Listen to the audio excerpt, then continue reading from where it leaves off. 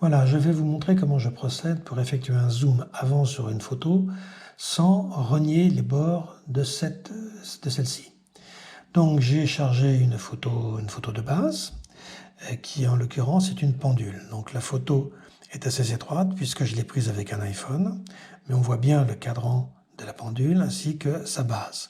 Et au fond on voit un tableau sur lequel je veux zoomer.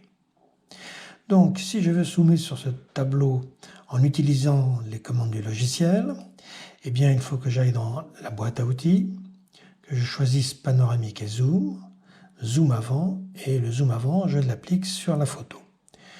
Là on s'aperçoit qu'il y a un rectangle noir et blanc que je ne peux pas modifier.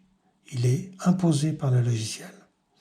La partie rouge et blanc, elle, peut être modifiée, c'est ce que je vais utiliser pour faire le zoom. D'ailleurs, il est dommage que les 4 points soient solidaires. Enfin voilà, donc je fais le zoom sur ce tableau, et voilà le résultat.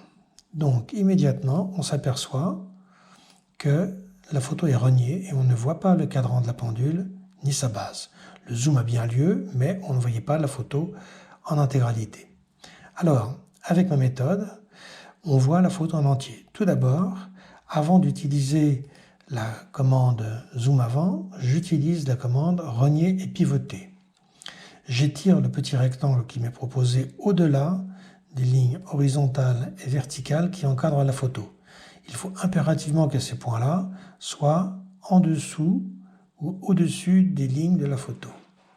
Dès que j'ai fait cette manipulation, j'applique.